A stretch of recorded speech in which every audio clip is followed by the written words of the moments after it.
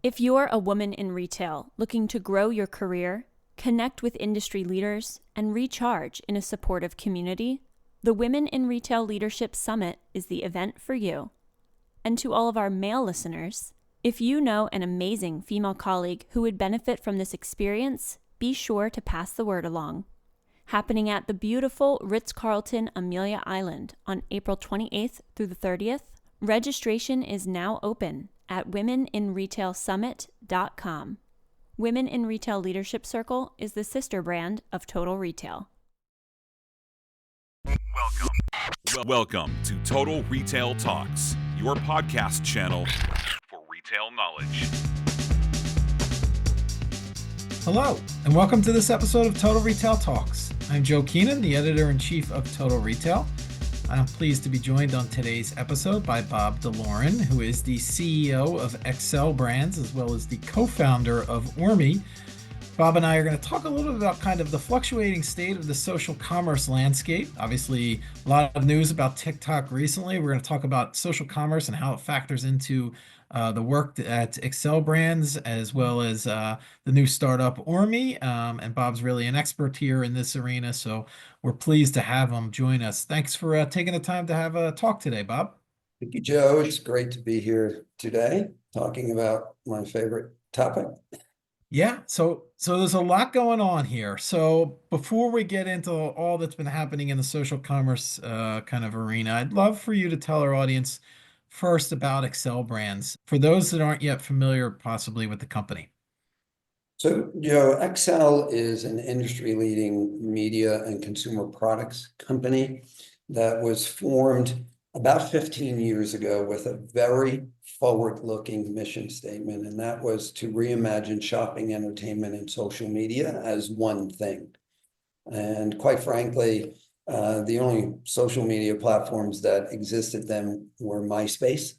People really didn't know what we were talking about, but we knew that everything we knew and learned about marketing in the consumer sector was about to change. And we chose to align ourselves back then with a company that was really a media company first, but also a retailer. And that company was QVC. And over the last 15 years, we've sold over $4 billion of product on QVC alone.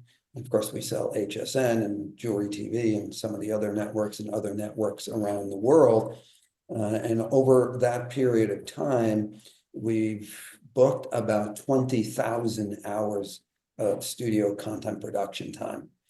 So we've learned what works in long form video content. And we saw 3 or 4 years ago, maybe a little bit earlier, what was happening in Asia with short form video content and a very, very early form of social commerce. And we knew that it was all coming here. It was just a matter of time.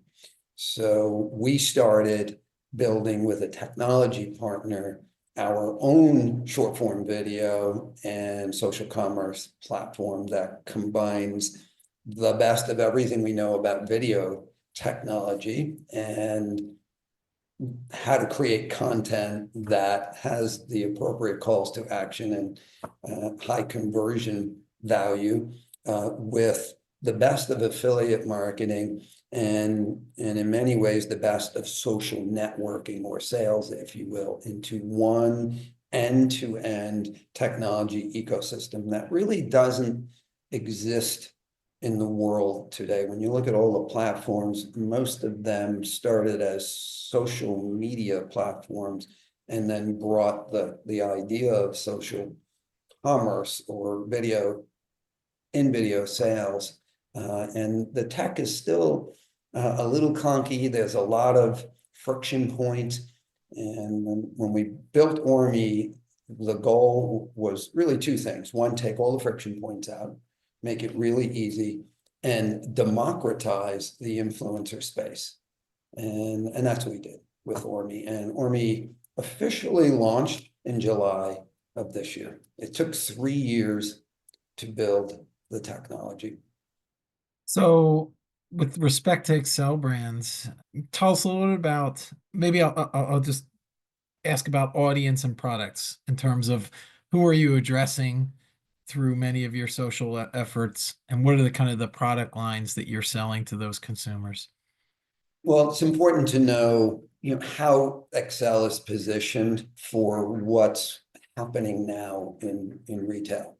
We have very deep expertise in product design, brand management, licensing, product development, logistics, sales, merchandising, all of those things that it takes to take an idea or concept for a brand and products and bring it to market.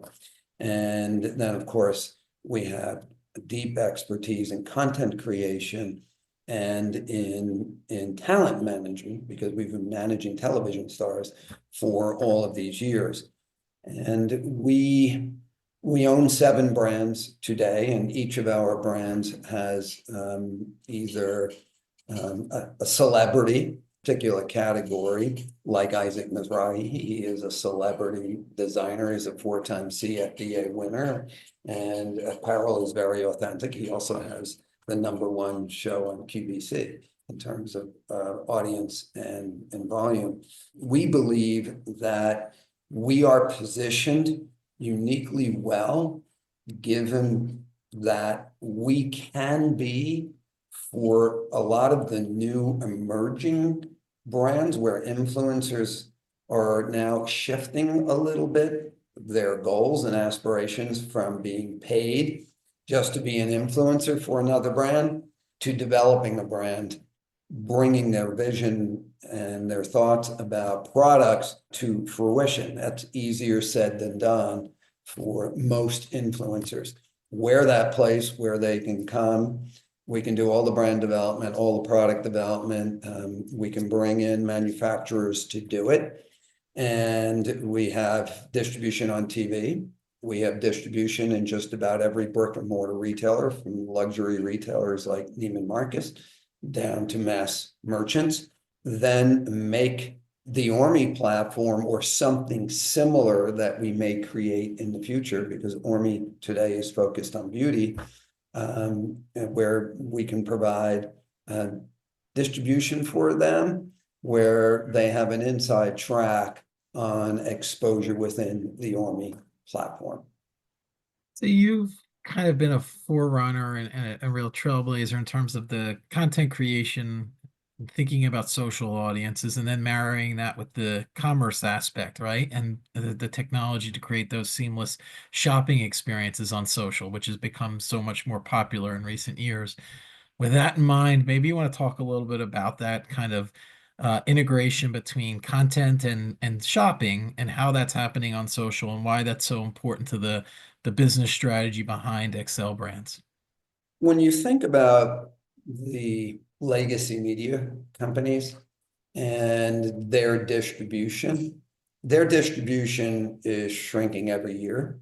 And most people think that the challenges in interactive television, QVC, HSN, and others like them, is that their audience is aging out. That's only a small part of their challenge, because as people get into their 50s, it's, for whatever reason, they're spending a little bit more time on TV. But unfortunately, linear TV distribution, because of cable cutting, is shrinking by 5 to 7% per year. And that's a systemic problem. So everyone knows in the legacy media companies, we need to make this transition to digital, and content in and of itself is changing from long form, more episodic content, to short form. And the generations below the boomers and the Xers, because they grew up with smartphones and social media, they need things fast, and they need things to be very smooth and have absolutely no friction in them. And what we're seeing out there now in the early stages of social commerce is, when you click to buy in video, you're typically navigated away to an e-com platform. That is a lot of friction. And we solved for that in Orme, because in Orme, you're buying in video one click, and you don't navigate away from the video itself. The other thing that we see that's missing in the, let's call it shoppable social media content, is when you click, you're not tied into a vendor's inventory. So there's a chance of a sellout, and that's the worst possible thing, especially if it's a product drop. There's no call to action in the video. You don't know that gray t-shirt that you're wearing, there's only X number of units left in a particular size or a colorway. And anyone that's been doing television sales knows that's a very important thing to have. So also when we built Orme, we set it up with all the connectivity to whatever e-commerce platform there is, whether it's Salesforce, Magento, Shopify, or even old legacy systems. We built our own middleware. We felt it was very important to tie into inventory in real time. And what it does, now this gets back to how does that really help social commerce? We made it very easy for a user or influencer to get a product image and a SKU so that we could create product attribution. And we didn't use cookies to create user attribution. We used their cell phone numbers. And when you have the ability to attribute who made the sale, what the item is, what the retail is, then you can share very easily, like an affiliate model with them to reward them for sharing. The other thing that we did in Orme to democratize all of this is there are two types of users / influencers: those that want to create content and are good at it, and some people that would like to make extra money but don't really want to make the content. And we saw another problem, and this is a problem that is, I think, that exists in e-commerce today. A lot of brands create high production cost content. They put it out there, and by the end of the day, the algorithms push it down and it's gone. We wanted to find a way to preserve content. And also we wanted to find a way to attract great creators of content and pay them for all uses of that content. Think of it as owning a copyright over that content, so that if you come onto Orme and you're interested in a particular item and you see content that's already up on Orme, you could take that content, share it with a friend. If that friend buys, you get paid. But we also pay the content creator. So the intent was to be fair to everyone that participates in the platform, and from a brand perspective, because this truly is social commerce.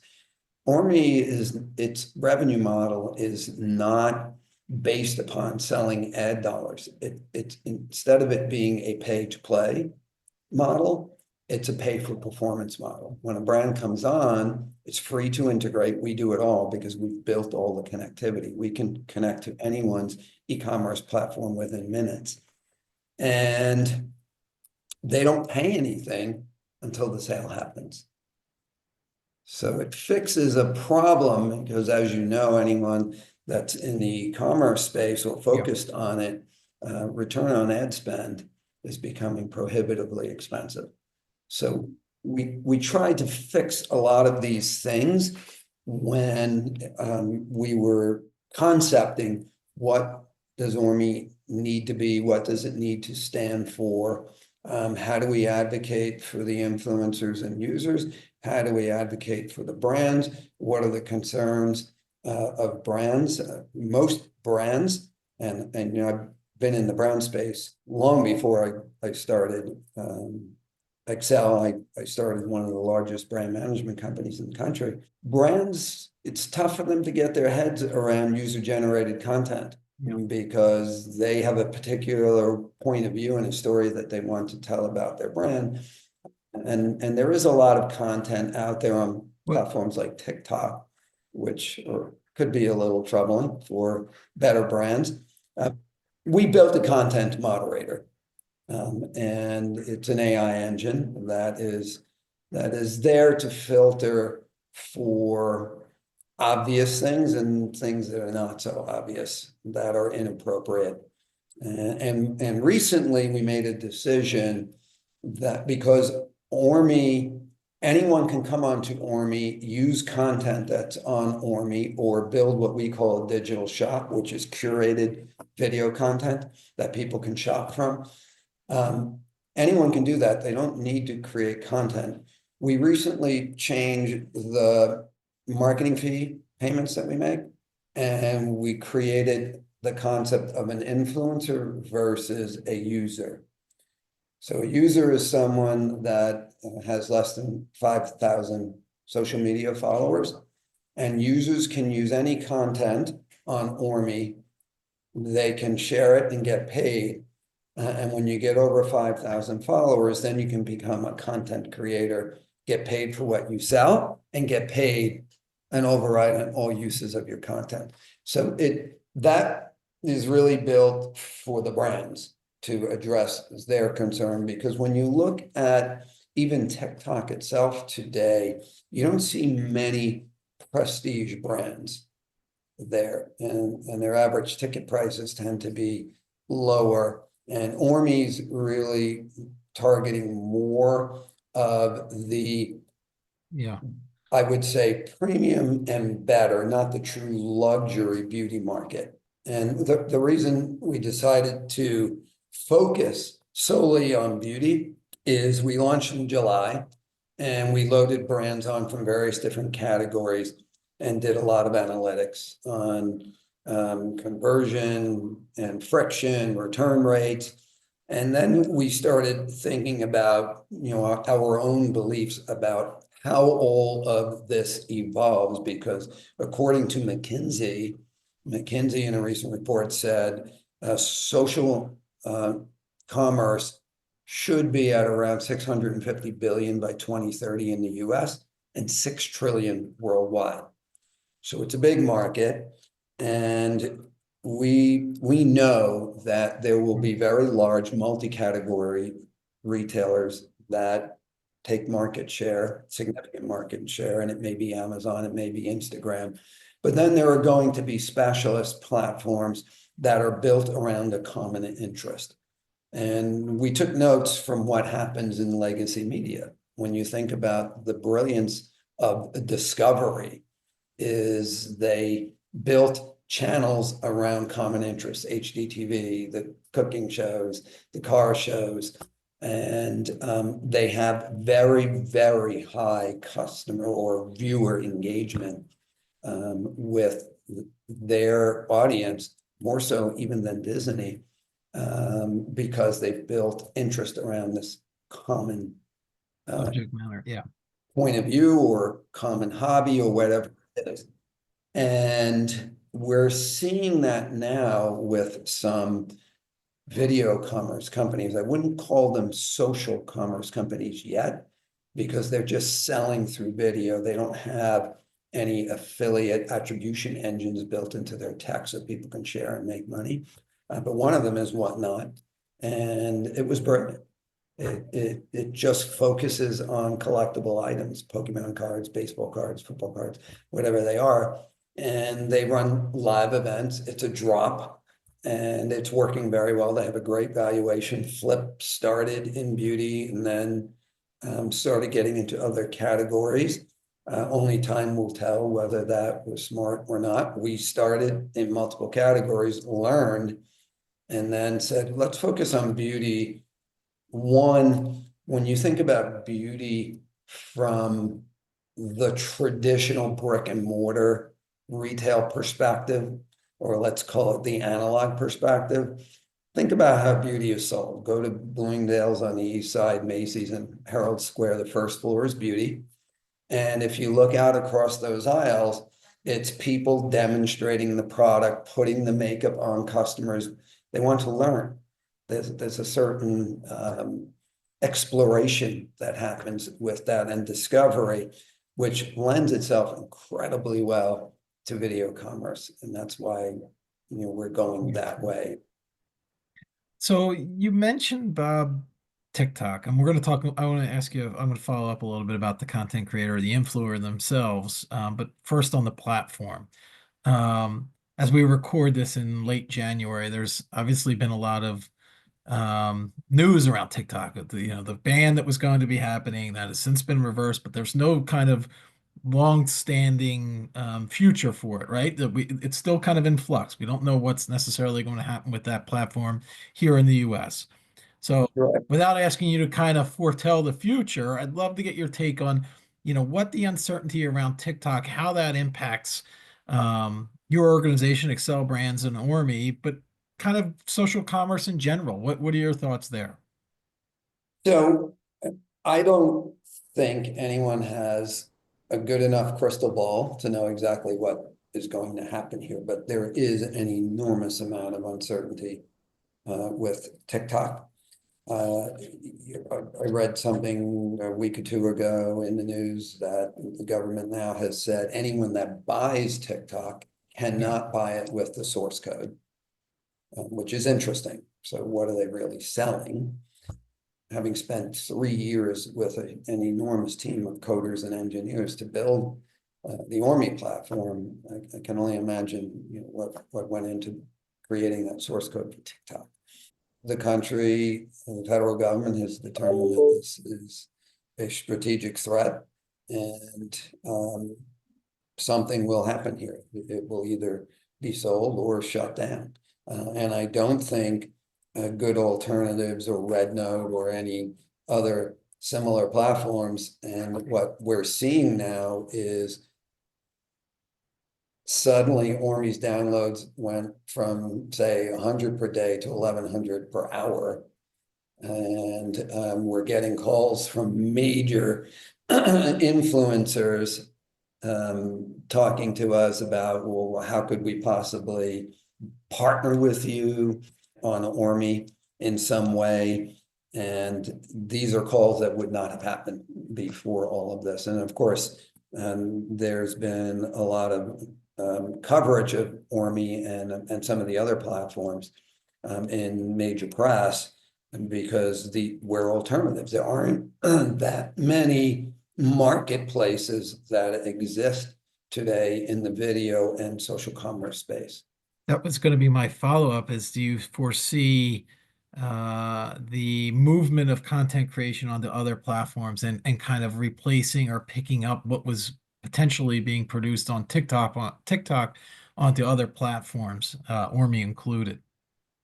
There's no doubt that we're going to see that. I do think that Instagram Reels creates its version of this.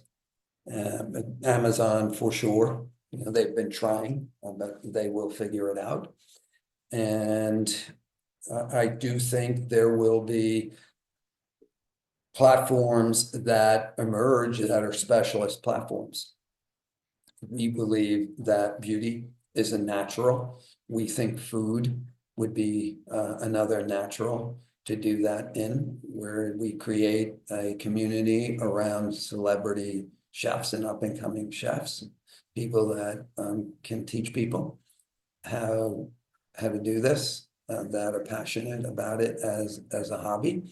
And we're looking at, what other categories could we create a platform around? Yeah, that was one of my questions was going to be. You've obviously talked about why beauty makes sense. It's kind of that discovery experience that you get in physical retail. It's that exploration, and that translates well to social to video, right? So, additional product extensions, other categories that potentially make sense for Orme. You mentioned food. Are there other areas that you think about in terms of being the right fit for the platform and also for the influencers that you're attracting to the platform. Yes, and we do this wearing two hats. So Xcel is actively seeking influencers, say with anywhere from 5 to 50 million followers that have authentic voices in a particular category where there's high emotional connections. So what am I talking about? Pet, food, children. These are super high emotional connections, and we've been able to ink some agreements with some fascinating people. One of them has 20 million followers in the pet space, and he's just the voice in that community. And we do think that if anyone in the pet space could build a big brand around that pet space, because he's so highly regarded and trusted, that would be a great example of, we could do a whole platform just for pet supplies, pet supplements, pet medicine, because people are very passionate about their animals, and the influencers that are in that space tend to have very, very high emotional connections with their followers. Same thing goes for food and certain other categories. So that's what we're looking at. And if it's apparel, of course, we have a lot of fashion brands in the Xcel portfolio today. They need to be influencers that have real credibility in the fashion space.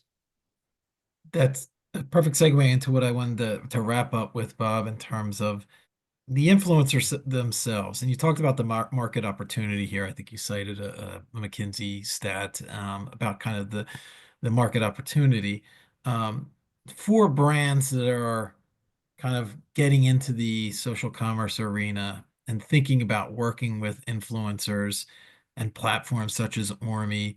How do you advise them to go about finding those influencers that have that authentic voice that really can engage with, not only engage with, but also connect with the shopper, right? Because that's really what it's about, is creating that connection so they trust the what the influencer's telling them, or what they're not just believing that they're selling it because they're being paid to sell it, but they value the product, and that there's an authentic relationship between the influencer and the audience. What are your thoughts there as brands get more involved in social commerce and the use of influencers? What advice might you provide for them there?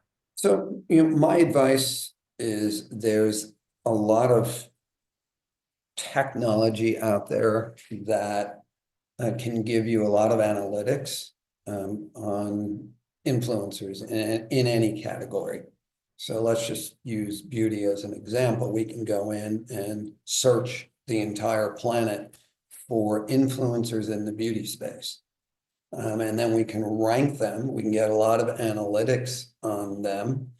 And then we can run further analytics to lay their analytics and information over a retailer's. Because when we look at any brand that we're building, we look at all points of distribution. What can it do in bricks? What can it do in e-commerce? What can it do in social commerce? And what can it do on television? We look for, back to the pet example, we compared this influencer's numbers and analytics to 10 different retailers. And you can see almost immediately in many of these retailers, in their social following, this influencer's ratings on trust were much higher than the retailers. And that for us is a key indicator that we have a good reason to call that retailer and say, if we do a program with you, one, he's going to raise the bar on the trust factor in the brand, and then we look at his followers and match it to the followers of that retailer, and look at, can he be accretive to their efforts in identifying new customers? that's how we do it. It's all analytics. And now with everything that's been going on in the technology space, primarily social media, it's all there. You just have to take the time to look at it all. And any good CMO at a major retailer, has that. They look at it. Yeah, you certainly need to be a data-driven marketing organization to really compete today. That gut instinct is kind of gone out. You still kind of that factors in, but you got to let the data drive your decision making in many cases. Yeah, the reality is, the old adage, numbers don't lie. The analytics are quite telling. And sometimes we run them and we step back from it and say, wow, is that influencer that good? And sometimes you run the analytics and you're surprised that they're not. Yeah.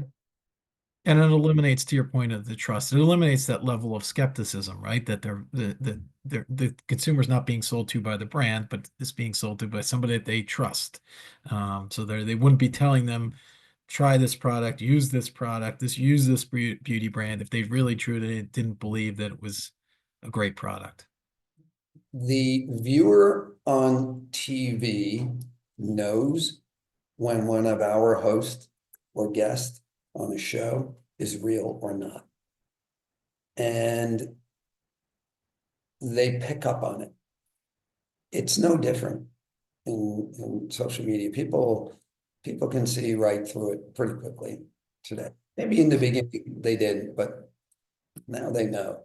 And you can see there are some mega influencers, and you can see their numbers came off in the last few years in terms of followers because they were probably overselling too many different things. Yeah, it's hard to fool the consumer, right? They're so well researched. They know what they're looking for that you're not going to get one over on them. No, definitely not. So we look at all of those analytics, and that would be the advice that I would give any CMO or any CEO at a retailer. If you're going to do this, run those analytics so that you really understand what you're getting. Well, I think that is a great way to wrap up today's conversation. Some good takeaway for our audience as they listen to this episode. I do want to thank Bob DeLorean, who is the CEO of Xcel Brands, as well as the co-founder of Orme, for this really engaging conversation about social commerce and the role of influencers in that whole arena and kind of where we're headed. So, Bob, thanks for taking the time. This has been a lot of fun. Thank you, Joe. I enjoyed it.